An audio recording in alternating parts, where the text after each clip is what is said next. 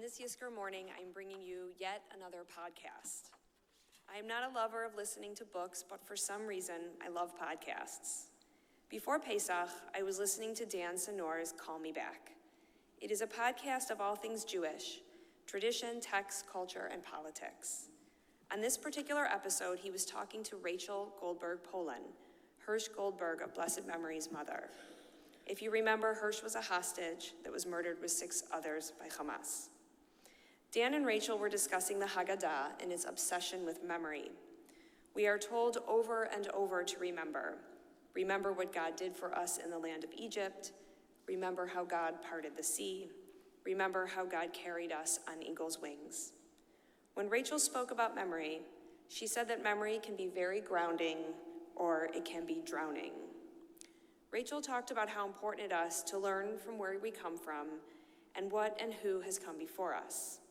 However, she says, if you are only looking backward, she said we end up hitting the present and the future with the back of our head. I found this image to be striking because it's so hurtful. Not physically hurtful, although I suppose it could be, but emotionally hurtful. If we drown in memory, the future seems too painful to bear, so we don't live it. We just butt heads with it and get stuck in the place we are, possibly a place of sadness and perpetual grief. That is something I always worry about when I am with someone in grief. In the beginning, it is hard to believe that there will ever be a day when it doesn't hurt so badly that you can hardly breathe. You can only look backward. There is no forward. There is no conceivable future without the person who has died. That kind of grief is real and raw and should not be denied. When I start to worry, though, is when people keep hitting their heads against the present and then hitting their heads again against the future. They are still only looking backward. They are unable to turn around and even acknowledge that there is a future that is worth looking at. That is what Rachel is speaking of when she talks about drowning in grief. She says that she actually went to the dermatologist, and the derm told her she had to stop crying, that the nonstop tears are damaging her body. Rachel replied that she cannot stop crying for Hersh and for the other families, for the 59 still in captivity, and for the 24 of those who are still believed to be alive, and for the families that will never get to bury a body.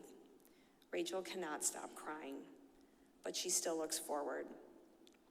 In that way, she is kind of like the matzah we eat on Passover. It has a dual identity. It is the bread of slaves who were hurrying to escape their taskmasters and look backward and saw them in pursuit. It is also the bread of a free people who were preparing to move forward into a new free life. Our people, even as slaves, managed to look forward and leap into the unknown, even as they understood that their past was incredibly painful and will always be right behind them. And somehow Rachel has managed to do the same. She will never, ever be without the grief of Hersh's death and the hostages and the war. But she also speaks out, helps other families, and is open about her experience. She understands that letting the future hit her in the head won't bring Hersh back and won't help the other 59 come home. She is at one time in the pain of the past and the hope of the future. And aren't we all that way? Always looking back to the good times we had with our loved ones? I think that's especially true of Passover. Who led the Seder? Who sang the same song every year? Who gave away the gifts to the child who found the affliction? Passover is one of those times when someone's absence is glaring. There is an empty seat at the table that can never really be filled. But isn't that also how life works? One person leads the Seder for decades, and another person eventually takes their place, and it is a place of honor. We are supposed to teach our children how to live full Jewish lives so that they can take our place.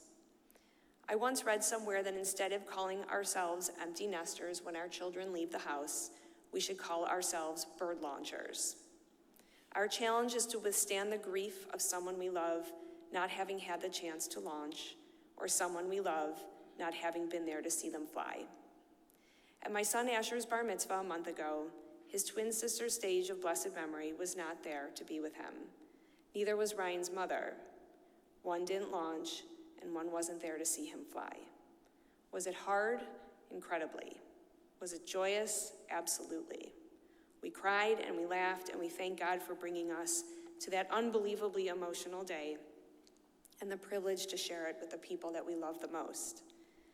We looked back, but for the sake of Asher and Bela and our future together, we chose to look forward with great excitement. The past is always with us, but we want to be part of what is next and not butt up against it. So when you feel like you are drowning in grief, please reach out and ask for help.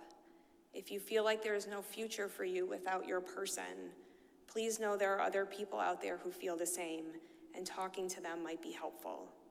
There is a future for each of us, and it's okay if we don't know what that future looks like just yet. One thing we can always do is keep lots of pictures around us so we can see our loved ones. They can still fill our homes and our phones. As we look through these pictures, when you see your loved one, thank them for being in your life and let them know you are forging ahead, difficult as it may be. If you didn't submit a photo, go home and find a picture of your loved one and tell them the same. Somehow, I truly believe they can hear us.